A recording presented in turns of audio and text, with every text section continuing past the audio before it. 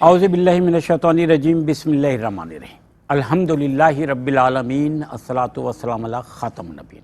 ناظرین کرام السلام علیکم۔ روشنی سب کے لیے کے ساتھ میں آپ کا میزبان شاہد مسرور حاضر خدمت ہوں۔ ناظرین کرام، رسول اللہ صلی اللہ علیہ وسلم کے ساتھ جن لوگوں نے، جن معزز محترم ہستیوں نے زندگی گزاری ہے، وہ کتنے خوش نصیب لوگ تھے۔ وہ لوگ کہ جنہوں نے آپ صلی اللہ علیہ وسلم کی مجالس میں بیٹھ کر سیکھا، آپ صلی اللہ علیہ وسلم کی جو شان اقدس ہے اس کے سائے میں پرورش پائی اور اپنی زندگی میں بہترین وقت آپ صلی اللہ علیہ وسلم کی صحابہ کی حیثیت سے گزارا۔ ایسی شخصیات میں بعض ایسے بھی محترم ہمارے اولیاء کرام، بزرگان دین، اور خاص کر جس شخصیت کا میں تذکرہ کر رہا ہوں جنہیں آپ صلی اللہ علیہ وسلم کی قربت حاصل رہی، آپ وہ شخصیت کے جن کے لیے آپ صلی اللہ علیہ وسلم نے اللہ تعالیٰ سے دعا مانگی۔ آپ سوچئے کہ جن کی قربت کے لیے، جن کی صحبت کے لیے، جنہیں اپنے ساتھ رکھنے کے لیے آپ صلی اللہ علیہ وسلم نے اللہ تعالیٰ سے دعا مانگی، اور جن کی نسبت سے آپ صلی اللہ علیہ وسلم نے ان کے مقام و مرتبے کے حوالے سے کئی مرتبہ بہت سارے ایسے الفاظ بھی ارشاد فرمائے جو ان کی منزلت کا تعین فرماتے ہیں۔ وہ شخصیت خلیفہ ثانی حضرت عمر فاروق رضی اللہ تعالیٰ عنہ کی۔ حضرت عمر فاروق رضی اللہ تعالیٰ عنہ کی شخصیت کے بہت سارے پہلو ہیں، جن میں ایک پہلو جو ہے وہ آپ کی جرأت مندی ہے۔ پھر آپ کتنے اچھے منتظم تھے، یہ آج کے دور میں دنیا بھر میں وہ لوگ بھی جانتے ہیں کہ جو ترقی یافتہ ریاستوں میں رہتے ہیں اور وہاں وہ عمر لاز کے تحت، یعنی حضرت عمر فاروق رضی اللہ تعالیٰ عنہ نے جو قوانین بنائے، جو ایک اسلامی ریاست تشکیل دی اور اس میں مختلف محکمے تشکیل دیے، جن محکموں کے اصول و ضوابط کو آج بھی دنیا بھر میں اپنایا جاتا ہے، لاگو کیا جاتا ہے۔ آج سے ساڑھے 1400 سال پہلے کی شخصیت جنہوں نے وہ قوانین مروج فرمائے کہ جن قوانین کو آج بھی اہمیت حاصل ہے، یہ سب کرم تھا ہمارے نبی پاک صلی اللہ علیہ وسلم کا، آپ کی تربیت کا، آپ کی محبت کا اور آپ کی چاہت کا، جو حضرت عمر فاروق رضی اللہ تعالیٰ عنہ کی نسبت سے آپ صلی اللہ علیہ وسلم نے کو تھی اور جس کا آپ نے اظہار فرمایا۔ آج ہم حضرت عمر فاروق رضی اللہ تعالیٰ عنہ کی نسبت سے آج کے اس پروگرام میں گفتگو کریں گے۔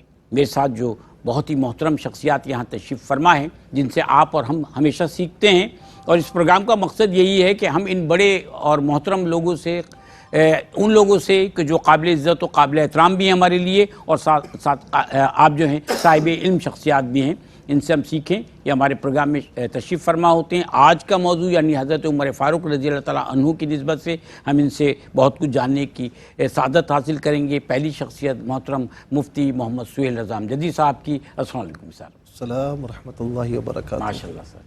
دوسری شخصیت ہمارے ساتھ تشریف فرمائے محترم مفتی محمد زیغم گردیزی صاحب۔ السلام علیکم سر۔ کیسے ہیں سر آپ؟ خیریت سے ہیں؟ ماشاءاللہ۔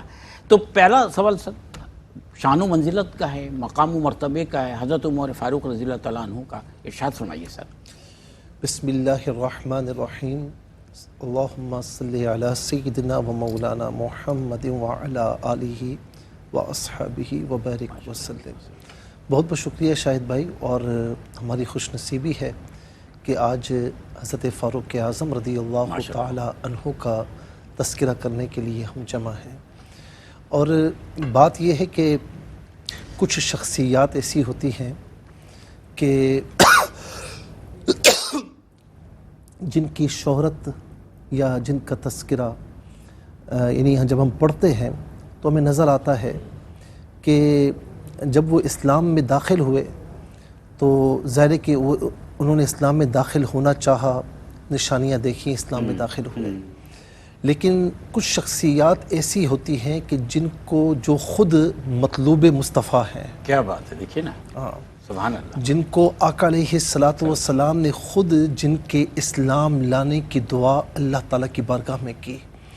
میں نے ایک جگہ کہیں کہا کہ ابراہیم علیہ الصلاۃ والسلام نے ہمارے پیارے نبی صلی اللہ علیہ وسلم کو اللہ تعالیٰ کی بارگاہ سے مانگا. ابراہیم نے محمد صلی اللہ علیہ وسلم کو مانگا ربنا وبعث فیہم رسولا منہم یتلو علیہم، اور میرے مصطفیٰ نے حضرت عمر کو مانگا. کیا بات. اور کیا شان ہے میرے نبی صلی اللہ علیہ وسلم کی کہ آپ کے تمام صحابہ کرام اپنی مثال آپ ہیں. اور آپ دیکھیں نا کہ ابو بکر پر نظر ڈالی تو صدیق اکبر بنا دیا، عمر پہ نظر رکھی تو فاروق اعظم بنا دیا، عثمان کو عثمان غنی بنا دیا، حضرت علی کو مسلمانوں کا مولا بنا دیا، مولا علی المرتضیٰ بنا دیا. اسی لیے حضور نبی کریم علیہ السلام کا فرمان ہے کہ ارحم امتی ابو بکر، میری امت پر سب سے زیادہ جو رحیم ہے وہ ابو بکر ہے. اور پھر فرمائے کہ اشد امتی فی اللہ عمر، اللہ تعالیٰ کے احکامات کے معاملات میں سب سے زیادہ سخت حضرت عمر ہے. وَأَكْرَمُ غِنَاءٍ عثمان، اور سب سے زیادہ کریم اور غنی عثمان ہے. وَأَقْدَاهُمْ علی، اور سب سے بہترین فیصلہ کرنے والے علی ہیں. یعنی ہر ایک کو میرے نبی علیہ السلام نے اپنے مقام پر رکھ کر کس طرح ان کی فضیلت بتائی کہ ہر ایک کی جداگانہ فضیلت ہے اور ہر ایک اپنی مثال آپ ہے. جہاں میرے نبی علیہ السلام نے فرمایا اللہم اعز الاسلام بعمرین، ایک روایت تو یوں ہے کہ دو عمر، یعنی ایک تو ابو جہل جس کا اصل نام عمر تھا اور ایک حضرت عمر رضی اللہ تعالیٰ عنہ، اور ایک روایت ہے کہ اعز الاسلام بعمر بن الخطاب خاصتاً، کہ خاص طور پر عمر بن خطاب رضی اللہ تعالیٰ عنہ کے اسلام لانے کی دعا اللہ کے پیارے محبوب علیہ السلام نے اللہ تعالیٰ کی بارگاہ میں کی. تو میں سمجھتا ہوں کہ حضرت عمر رضی اللہ تعالیٰ عنہ کی وہ شان ہے. پھر اس کے ساتھ ساتھ آپ یہ دیکھیں کہ ایک مرتبہ سیدنا صدیق اکبر اور حضرت عمر رضی اللہ تعالیٰ عنہ کھڑے ہوئے ہیں، تو حضرت عمر رضی اللہ تعالیٰ عنہ کی زبان سے نکلا، دیکھیں دونوں کی محبت، آپس میں ان کی محبت دیکھیں. فرماتے ہیں کہ یا خیر الناس بعد رسول اللہ صلی اللہ علیہ وسلم، اے اللہ کے رسول کے بعد ہم میں سب سے بہترین حضرت عمر فرما رہے ہیں، ابو بکر ہیں. اور آگے سے حضرت ابو بکر کیا فرما رہے ہیں؟ فرماتے ہیں کہ ما طلعت الشمس علی رجل خیر من عمر، فرمایا کہ عمر سے بہترین بندے پر سورج طلوع ہی نہیں ہوتا. یہ سیدنا صدیق اکبر حضرت عمر رضی اللہ تعالیٰ عنہ کے بارے میں بیان فرما رہے ہیں. اور خود نبی صلی اللہ علیہ وسلم فرماتے ہیں، ایک روایت ہے کہ ان اللہ جعل الحق علی لسان عمر، کہ میرے رب نے، اللہ رب العالمین نے عمر کی زبان پر حق رکھ دیا ہے. اور یہ بھی فرمایا کہ تم میں سے جو پچھلی امتیں گزری تو ہر امت میں ایک محدث ہوا کرتا ہے. صحابہ کرام نے عرض کی یا رسول اللہ یہ محدث کون ہوتا ہے؟ تو فرمایا کہ جس کی زبان سے فرشتے بات کریں، یعنی وہ جب بھی بات کرے تو حق بات کہے، باطل بات اس کے منہ سے نہ نکلے. تو فرمایا کہ فَإِن يَكُ فِي أُمَّتِي فَإِنَّهُ عُمَرٌ، میری امت میں اگر کوئی محدث ہے تو وہ عمر ہے. اب کہتے ہیں 100 سال میں ایک ہوتا ہے. جی اچھا، اسی لیے قرآن کریم کی ایک نہیں کئی آیات کریمہ ایسی ہیں کہ جہاں کوئی معاملہ ہوا اوروں کی رائے آرا کچھ اور ہے، حضرت عمر رضی اللہ تعالی عنہ کی رائے کچھ اور ہے. اللہ رب العالمین نے بالکل جیسے کلمات حضرت عمر نے زبان سے ادا کی، اللہ رب العالمین نے قرآن کی آیات کی صورت میں وہ اس کا نزول فرمایا. اور پھر اس کے ساتھ کسی نے کیا خوب کہا نا کہ وہ عمر جس کے اعداء پہ شیدا سقر، اس خدا دوست حضرت پہ لاکھوں سلام، فارق حق و باطل امام الہدا، تیغ مسلول شدت پہ لاکھوں سلام. تو حضرت عمر کا وہ مقام ہے، کسی غیر مسلم نے کہا، اپنے نے نہیں کہا، کیونکہ آپ کی جو خلافت ہے وہ تقریباً کم و بیش 10 سال ہے. وہ کہتے ہیں کہ اگر اسلام میں ایک عمر اور ہوتا، تو اس پوری کائنات میں اسلام کے علاوہ کوئی دین نہ ہوتا. سبحان اللہ. آپ کی فتوحات کا بھی تو سلسلہ اتنا ہے سر. پھر وہی منتظم والی بات ہے سر. خلیفہ ثانی بھی حضرت عمر فاروق رضی اللہ تعالیٰ عنہ، تو بحیثیت خلیفہ آپ کیسے دیکھتے ہیں حضرت عمر فاروق رضی اللہ تعالیٰ عنہ؟ بسم اللہ الرحمن الرحیم. اللہم صلی علی محمد وعلی آل محمد وبارک وسلم. بہت شکریہ شاہد بھائی.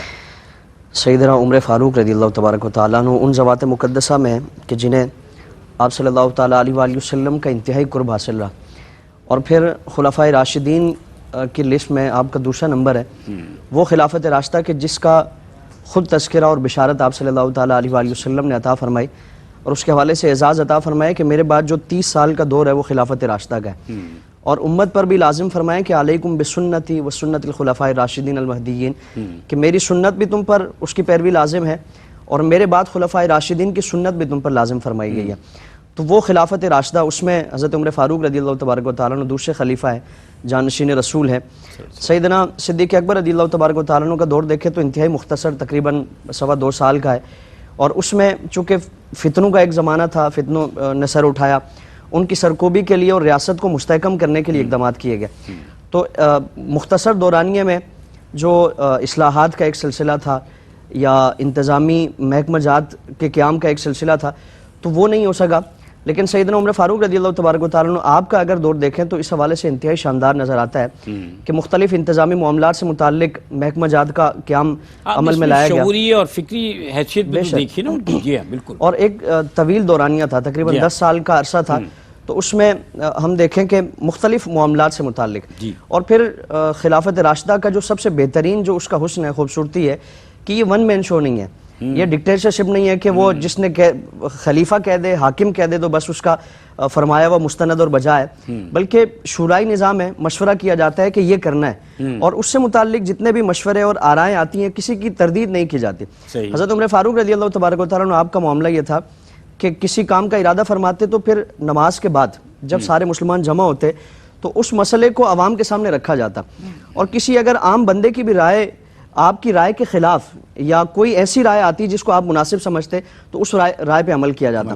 مہر سے متعلق جب آپ نے ارادہ فرمایا کہ اس کی تعیین کی جائے کہ فکس اماؤنٹ ہے، اس کے علاوہ نہیں کیا جائے گا، اس سے اوپر نہ رکھا جائے، تو ایک خاتون کھڑی ہو گئی اور عرض کرنے لگی کہ قرآن میں تو اس کو فکس نہیں کیا گیا، قنطارن فرمایا گیا کہ بھر بھر کے دو، یعنی تمہاری اگر حیثیت ہے، جتنی حیثیت ہے تم اپنی حیثیت کے مطابق دو، تو آپ کو کس نے اختیار دیا؟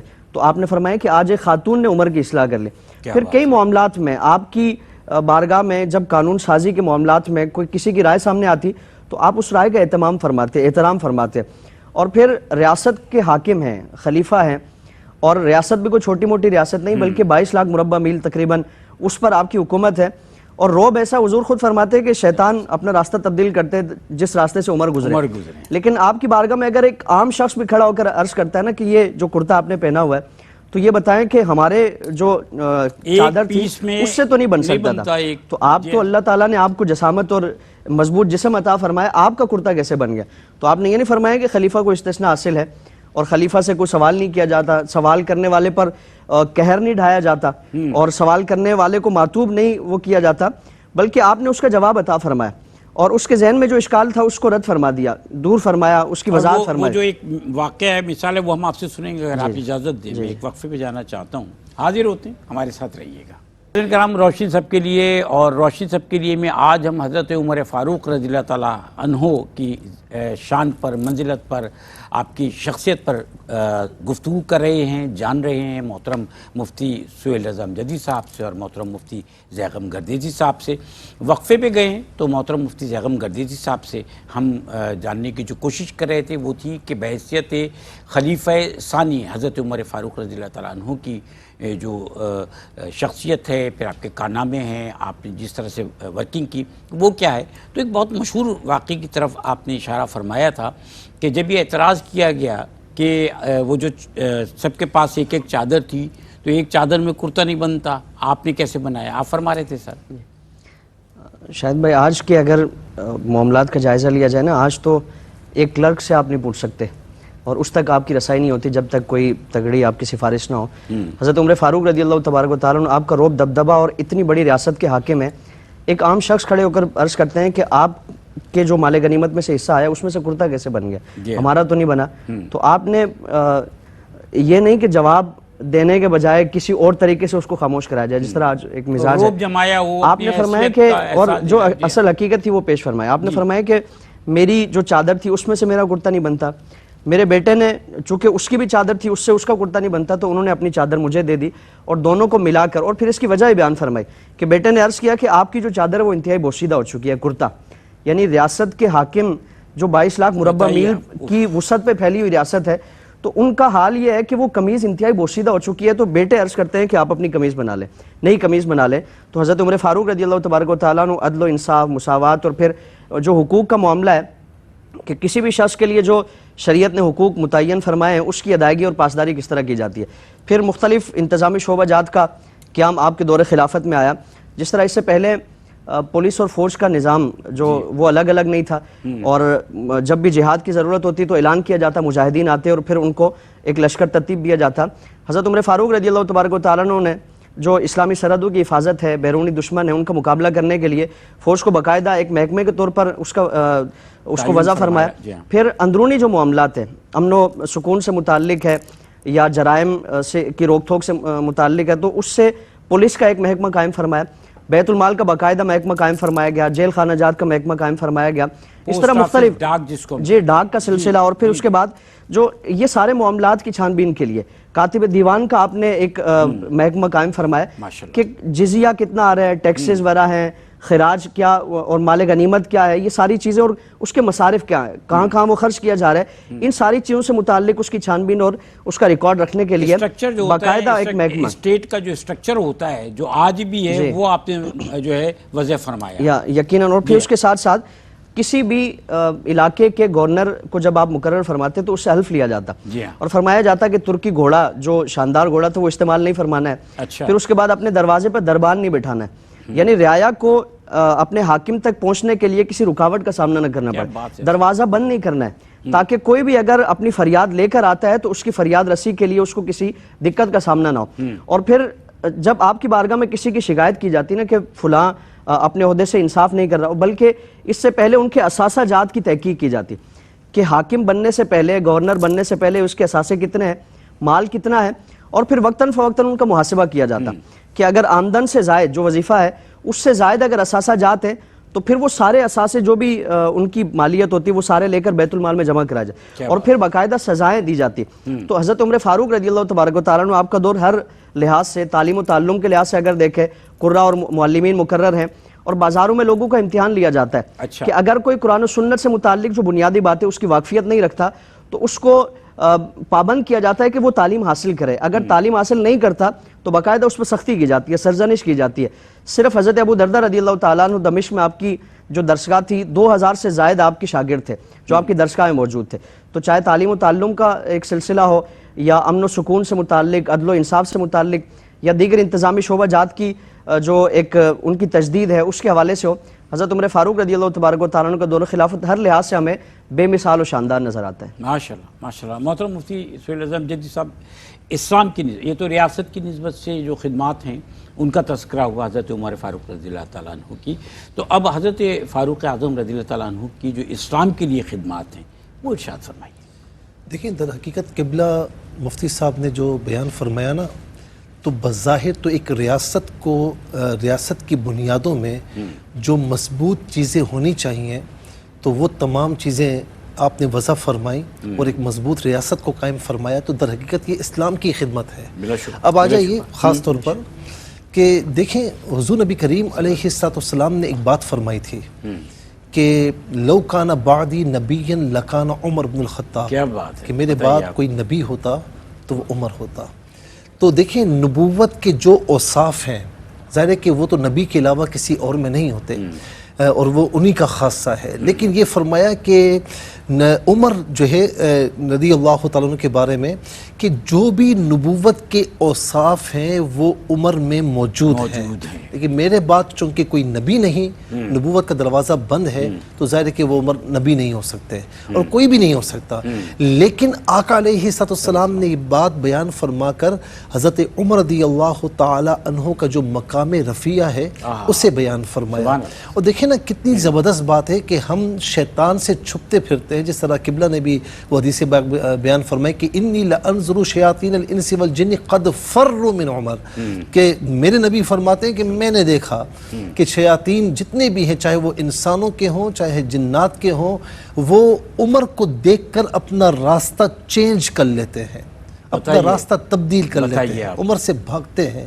تو 10 سالہ آپ کا جو ہے نظام خلافت رہا، خلافت متمکن رہے، لیکن اتنے زبردست انداز میں آپ نے خلافت کا فریضہ سر انجام دیا کہ آج بھی ترقی یافتہ ممالک میں آپ کے جو رائج کردہ رولز ہیں وہ وہاں پر موجود ہیں، اور باقاعدہ عمر لاز بھی. اور اس کے علاوہ بھی آپ دیکھیں، میں ایک ملک میں تھا تو میں نے وہاں پر ایک چیز دیکھی کہ گلیوں میں ایک خاص قسم کی پیمائش ہے. مغربی ملک، جی ایک خاص قسم کی چوڑائی ہے، پیمائش ہے. اور تقریباً مجھے اس علاقے میں، ظاہر ہے کہ میں گاڑی میں جا رہا تھا تو مجھے یعنی ایک ہی انداز سے گلیاں نظر آئیں، ایک چوڑائی بھی معتدل انداز میں، تنگ گلیاں نہیں ہیں. ہمارے یہاں تو آپ دیکھیں نا کہ بعض ایسی بھی گلیاں ہیں کہ بلڈنگ سے بلڈنگ ملی ہوئی ہے اور کوئی خیال نہیں کیا جاتا، گاڑی بھی اندر نہیں جا سکتی. تو میں حیران رہ گیا کہ جس طرح ہمارے یہاں تصور ہے نا کہ اگر جب آپ روڈ بنائیں، گلیاں بنائیں تو گلیوں کی چوڑائی اتنی ہو کہ 2 بیل گاڑیاں آرام سے گزر جائیں. سر ایمرجنسی فائر بریگیڈ گزر جائے، کوئی ایمبولینس گزر جائے، یہ تو بہت ضروری چیز ہے. منیمم اتنا ہو. میں حیران رہ گیا کہ انہوں نے حضرت عمر رضی اللہ تعالیٰ عنہ نے جو ایک پیمائش رائج کی تھی انہوں نے اس پر عمل کیا. اس کے علاوہ بھی بہترین انداز میں نظام خلافت اگر چلانا ہو تو عدل و انصاف بنیادوں میں ہونا چاہیے، اور عدل و انصاف جیسا آپ کا تھا وہ کہیں اور ہمیں نظر نہیں آتا، بہت خال نظر آتا ہے. اب آ جائیے دین اسلام کی. دیکھیں جب میرے نبی نے یہ دعا فرمائی کہ اے اللہ عمر بن خطاب کے ذریعے اسلام کو عزت عطا فرما، تو کچھ تو بات ہوگی نا. بتائیے. جب دشمن تھے تو تب بھی ٹھوک بجا کر تھے، ٹھوک بجا کر باہر نکلے تلوار لیتے ہوئے کہ میں خاتمہ کروں گا معاذ اللہ. لیکن پھر بہن کے گھر جانا، پھر وہاں پر قرآن کریم کی تلاوت کرنا، طٰہٰ ما انزلنا علیک القرآن لتشقیٰ، پھر وارفتگی کے عالم میں کہا کہ مجھے بھی نبی علیہ السلام کی بارگاہ میں لے جاؤ. وہاں دار ارقم میں جب آپ نے اسلام قبول کیا نا تو اس وقت صحابہ کہتے ہیں کہ سب نے جوش میں آ کر ایسا نعرہ تکبیر بلند کیا کہ پورے مکہ مکرمہ میں وہ آواز گونجی ہے. ٹھیک ہے نا. اس کے بعد اب دیکھیں اسلام کا ایک الگ دور شروع ہو رہا ہے. یا رسول اللہ، اب دیکھیں وہ جو ایک یعنی ہر معاملے میں جیسے دشمنی ہے تو شدت ہے، بہادر ہے. اب اسلام لے آئے، عرض کی یا رسول اللہ اب ایک نئے دور کا آغاز ہے نا. یا رسول اللہ کیا ہم حق پر نہیں ہے؟ فرمایا کیوں نہیں؟ تو یہ عبادتیں چھپ کر کیوں ہو رہی؟ یا رسول اللہ سامنے ہوں گی عبادتیں. اور پھر مکہ یعنی حرم پاک جا رہے ہیں، ایک صف میں سیدنا امیر حمزہ اور دوسری صف میں سیدنا عمر بن خطاب رضی اللہ تعالیٰ عنہ. اور اس کے بعد جا کر صحابہ کہتے ہیں کہ پہلی مرتبہ علی الاعلان سب نے نمازیں پڑھنا شروع کی. اور اس کے بعد جب آپ دیکھیں کہ آپ کے بارے میں یہ بھی کہا جاتا ہے کہ متمم الاربعین، کہ 40 یعنی 40 کا عدد پورا کرنے والے، آپ 40ویں ہیں کہ جنہوں نے اسلام قبول کیا. اس سے پہلے اچھے خاصے لوگ اسلام میں داخل ہو چکے تھے. اب آپ دیکھیں کہ اس کے بعد کیا ہوتا ہے کہ حضور نبی کریم صلی اللہ تعالی علیہ وسلم سے اب محبت ہے کوٹ کرنا. وہ ساری جو نفرت تھی وہ محبت میں کنورٹ ہو چکی ہے. اور پھر سچے لوگ تھے. آقا علیہ السلام نے پوچھا کہ عمر یہ تو بتاؤ کہ تم سب سے زیادہ محبت کس سے کرتے ہو؟ تو اس کی یا رسول اللہ اپنی جان کو چھوڑ کر سب سے زیادہ آپ سے محبت کرتے ہو. سچے لوگ تھے. یہ محبت بھی کم نہیں ہے. تو لا یؤمن احدکم حتی اکون احب الیہ من والدی وولدی والناس اجمعین، جب یہ حدیث پاک پڑھ کے سنائی، عرض کی یا رسول اللہ آج کے بعد سے عمر سب سے زیادہ اگر محبت کرے گا تو اس کی محبت اپنے نبی علیہ السلام سے ہوگی، باقی سب ہیچ ہے. پھر اس کے بعد آپ نے عملاً کر کے دکھایا.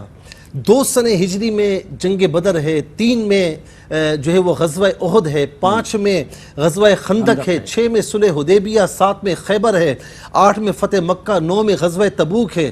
ہر وقت ہر آن میرے نبی صلی اللہ علیہ وسلم کے ساتھ رہے. یہاں تک کہ 10 سنہ ہجری میں جب آپ نے حج فرمایا تو اس وقت بھی آپ کے ساتھ تھے. جنگ بدر میں سگا ماموں عاصی بن ہشام آپ کے سامنے آیا، دشمن مصطفیٰ تھا نا، تو یہ نہیں دیکھا کہ سگا ماموں ہے، میری ماں کا سگا بھائی ہے، اسے واصل جہنم فرمایا.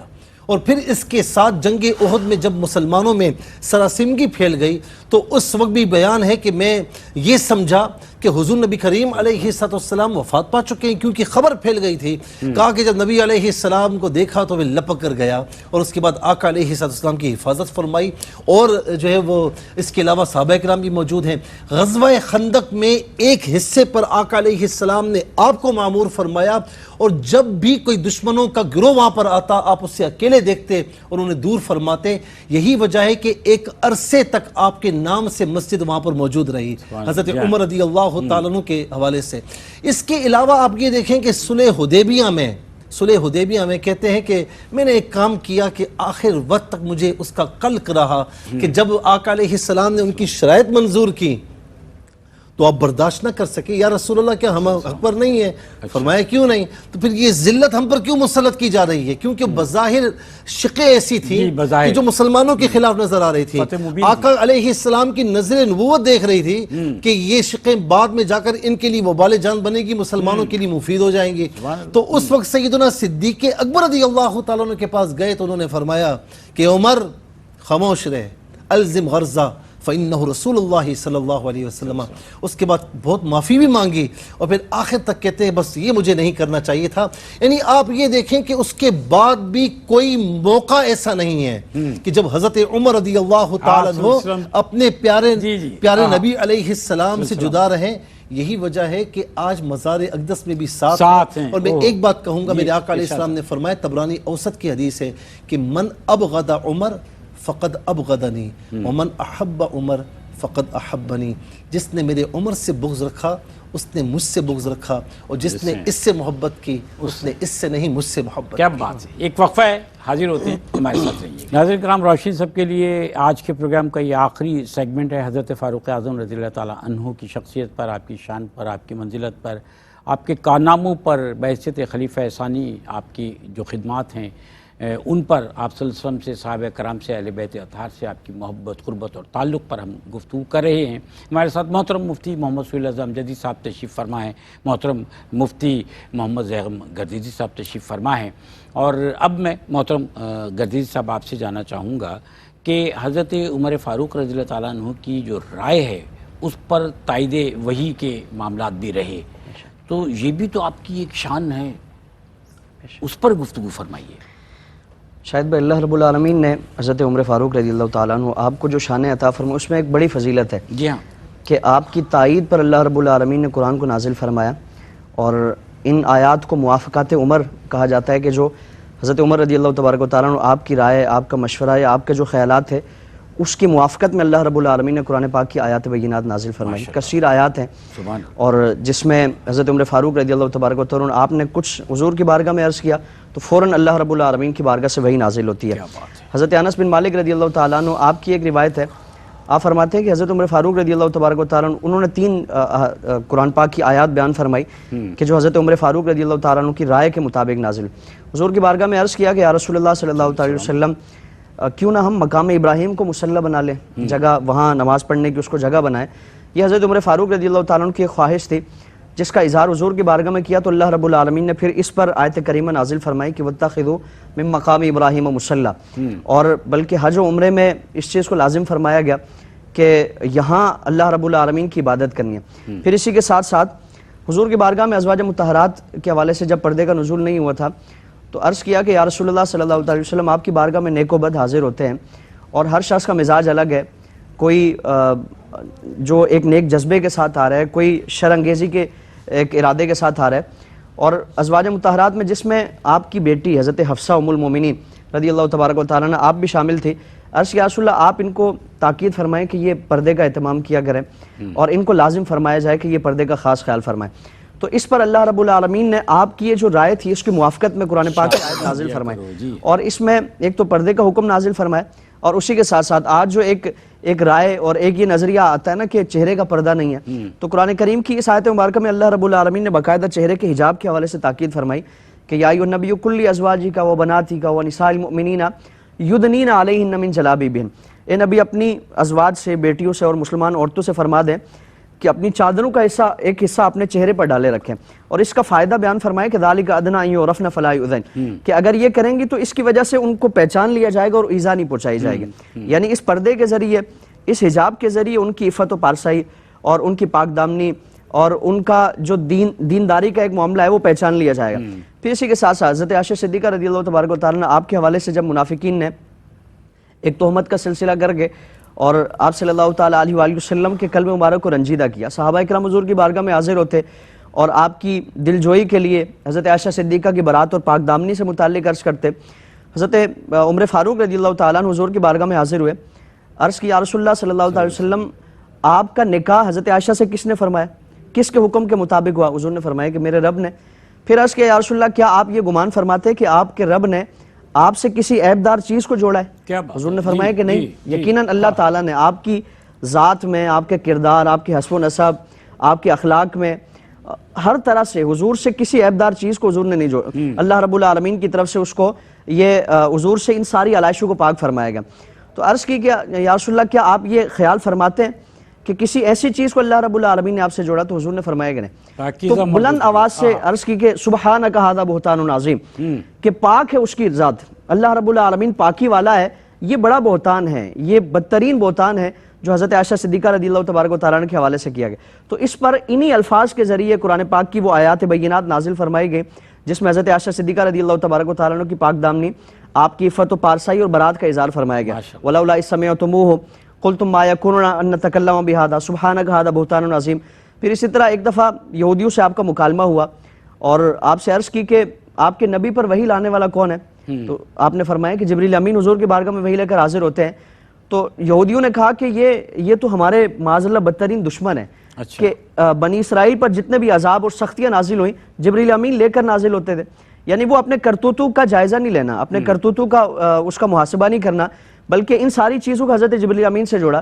تو آپ نے فرمایا کہ من کان عدو للہ و ملائکتہ و جبریل و میکائیل فإن اللہ عدو للکافرین، کہ جو جبریل میکائیل اللہ کا دشمن ہوا، ملائکہ کا دشمن ہوا، بطور خاص جبریل و میکائیل کا، فرمایا کہ اللہ رب العالمین کافروں کا دشمن ہے۔ تو انہی الفاظ کے ذریعے قرآن پاک کی مکمل یہ آیت کریمہ نازل فرمائی گئی کہ من کان عدو للہ، پوری آیت کریمہ کو حضرت عمر کی موافقت میں اور آپ کی رائے کے مطابق اللہ رب العالمین نے آیات بینات نازل فرمائی۔ کیا بات ہے، سوچئے اس سے بڑا مقام کسی کا کیا ہو سکتا ہے جہاں اللہ تعالیٰ کی رضا بھی حاصل ہو جائے اور مقبولیت بھی حاصل ہو جائے۔ سبحان اللہ۔ سر سوال ہے حضرت عمر فاروق رضی اللہ تعالیٰ عنہ کا اہل بیت اطہار سے تعلق، صحابہ کرام سے تعلق، محبت، عقیدت کیا رہی سر؟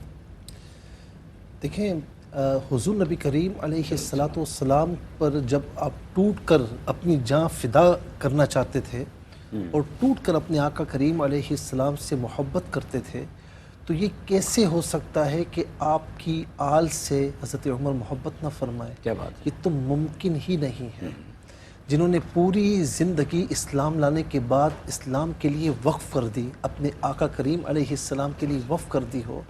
دیکھیں سیدنا صدیق اکبر رضی اللہ تعالی عنہ جیسا سمجھدار اور جہاندیدہ آدمی جب دنیا سے جا رہا ہے تو تمام صحابہ پر آپ کو فوقیت دے رہا ہے کہ میں نے اللہ کی خاطر جو کیا ہے۔ کسی نے کہا سخت مزاج ہے، یہی فرمایا کہ میں نے جس کو بھلا آدمی پایا۔ اور پھر صحابہ کرام نے بھی عبد الرحمن بن عوف، حضرت عثمان ہو، حضرت مولا علی المرتضیٰ رضی اللہ تعالیٰ عنہ، سب نے یہی رائے دی کہ ان کا جو باطن ہے ان کے ظاہر کے موافق ہے، اور بعض نے کہا ان کا باطن ظاہر سے اچھا ہے، یعنی ایسی اعلیٰ رائے دی۔ تو وہ جہاندیدہ آدمی ان کو منتخب فرما رہا ہے۔ اور پھر اس کے بعد آپ یہ دیکھیں کہ خدا خوفی، تقوی، پرہیزگاری، حضور نبی کریم علیہ السلام کی ذات کریمہ سے جو آپ کی محبت ہے، اس کی مثال ہر جگہ نظر نہیں آتی۔ آپ دیکھیں کہ ایک مرتبہ حضرت عبداللہ ابن عمر رضی اللہ تعالیٰ عنہ، ظاہر ہے کہ ایک مال غنیمت کا معاملہ تھا، تو آپ نے امیر المؤمنین عمر بن خطاب رضی اللہ تعالیٰ عنہ نے گویا کہ حسنین کریمین کے لیے جو حصہ رکھا وہ 1,000 رکھا، اچھا، اور اپنے بیٹے کو گویا کہ 500 دی ہے۔ اچھا، عبداللہ ابن عمر نے فرمایا کہ میں جس طرح انہوں نے شرکت کی میں نے بھی کی، ٹھیک ہے نا، باپ سے کہہ رہے ہیں، تو میں یہ نہیں کہتا کہ آپ ان میں کمی کریں، لیکن کچھ مجھے بھی۔ تو فرمایا کہ اس کا باپ علی ہے، تیرا باپ علی نہیں ہے، ہاں ایسا باپ لا کر بتا۔ یہ دیکھیں محبت ہے ان کی والدہ سیدہ خاتون جنت ہیں، اپنی ماں ایسی لا، ان کا نانا ہم سب کا نبی حضور نبی کریم علیہ السلام ہے، تو ایسی بات بھی نہ کرنا۔ اچھا، پھر آپ یہ دیکھیں کہ ایک مرتبہ آپ کہیں مشاورت میں مصروف ہیں، حضرت امام حسین رضی اللہ تعالیٰ عنہ اس وقت ظاہر ہے کہ اتنی عمر کے نہیں ہیں، وہ آئے تو عبداللہ ابن عمر تھے، تو ان سے پوچھا تو فرمایا کہ وہ اندر مشاورت کر رہے ہیں، واپس چلے گئے۔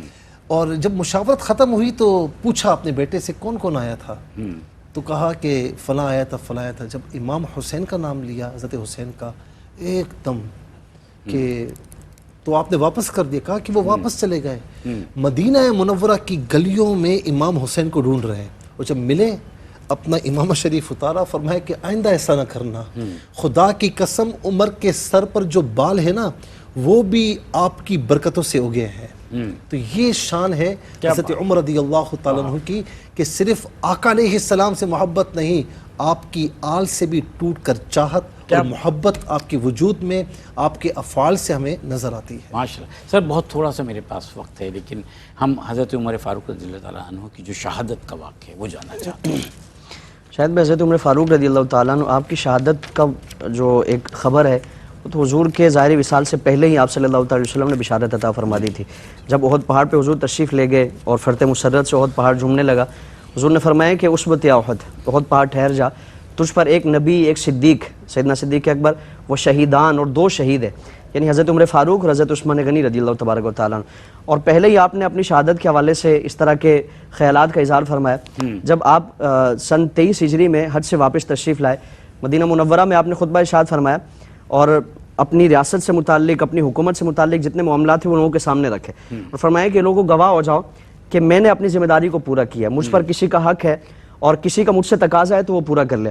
یعنی یہ ساری چیزیں فرمائے کہ میں نے ایک خواب دیکھا ہے کہ ایک سرخ مرغا جو ہے وہ مجھے ٹھونگے مار رہا ہے اور میں اس کو اپنی موت سے تعبیر کرتا ہوں کہ عنقریب میں تم سے رخصت ہونے والا ہوں۔ تو یہ پہلے سے ہی اس طرح کے معاملات آپ کے پیش نظر تھے۔ 26 ذی الحج کو حضرت عمر فاروق رضی اللہ تبارک و تعالیٰ عنہ کا معمول تھا کہ لوگوں کو ساتھ لے جا کر نماز کی ادائیگی اور سختی فرماتے تھے، اور صفوں کی ترتیب کے حوالے سے آپ خاص اہتمام فرماتے تھے۔ تو اب صفوں کی ترتیب فرمائی، اقامت کہی گئی، نماز کے لیے آپ کھڑے ہوئے، تو ایک مجوسی غلام حضرت مغیرہ بن شعبہ کا جو غلام تھا، ابو اللؤلؤ فیروز، اس نے چادر میں خنجر چھپایا ہوا تھا، اور جیسے ہی نماز کی تیاری اور نماز کا آغاز کیا گیا تو اس نے آگے بڑھ کر کئی وار کیے، 6 یا 9 وار آپ پر کیے، اور سب سے خطرناک جو وار تھا پیٹ کے نچلے حصے میں، جس سے آنتڑیاں کٹ گئی اور جسم کا پورا حصہ، اور اس سے غذا زخم کے راستے سے باہر آنی شروع ہو گئی۔ اسی کیفیت میں 26 سے لے کر 29 یا 30 یا یکم محرم تک اسی کیفیت میں رہے، اور پھر آپ اسی کیفیت میں آپ کی شہادت ہوئی۔ جب ابو اللؤلؤ فیروز کو پکڑنے کی کوشش کی گئی تو اس نے اپنا آپ بچانے کے لیے مزید افراد پر حملہ کیا، تو اس کے ذریعے تقریباً 13 افراد زخمی ہوئے، جس میں سے 6 یا 9 افراد کی شہادت ہوئی۔ اور حضرت عمر فاروق رضی اللہ تبارک و تعالیٰ پوری زندگی آپ یہ دعا مانگتے رہتے کہ اللہم ارزقنی شہادتن فی سبیلک وجعل موتی فی بلد حبیبک، کہ باری تعالیٰ مجھے اپنے راستے کی شہادت عطا فرما اور اپنے حبیب صلی اللہ علیہ وسلم کے شہر میں موت عطا فرما۔ کیا بات ہے، ماشاءاللہ، بہت شکریہ محترم مفتی گردیزی صاحب، محترم مفتی سہیل رضوان بیگی صاحب۔ ناظرین کرام، ہم پروگرام میں اور جب اتنی بڑی بڑی شخصیات کی ہستیوں کے بارے میں بات کرتے ہیں تو سیکھتے ضرور ہیں کچھ۔ آج جو بات سامنے آئی وہ ایک یہ بھی تھی کہ جب حضرت عمر فاروق رضی اللہ تعالیٰ عنہ کسی کو بڑے مرتبے پر فائز فرماتے تو کچھ پابندیاں لگا دیا کرتے تھے، گورنر بناتے ہیں کسی بھی بڑے منصب پر، اور وہ پابندیاں یہ تھی کہ اس وقت کا جو سب سے قیمتی اور بڑا گھوڑا ہوتا تھا، ترکی گھوڑا ہوتا تھا، اس پر وہ سفر نہیں کریں گے، اور دوسری بات یہ کہ اپنے گھر کے سامنے دربان کو، سیکورٹی گارڈ کو یا محافظوں کو نہیں بٹھائیں گے، یعنی نہ سیکورٹی ہوگی اور نہ ہی مہنگی سواری ہوگی۔ یہ کسی بھی بڑے منصب پر فائز ہونے والے کے لیے لازم تھا۔ دروازے بند نہیں ہوں گے، ہر شخص آسانی کے ساتھ آپ تک رسائی حاصل کر سکے۔ یہ سیکھنے کی باتیں ہیں اور یہی ہمیں سیکھنا ہے تاکہ ایک بہترین اسلامی ریاست کا قیام عمل میں آ سکے۔ اپنی دعاؤں میں یاد رکھیے گا۔ اللہ حافظ۔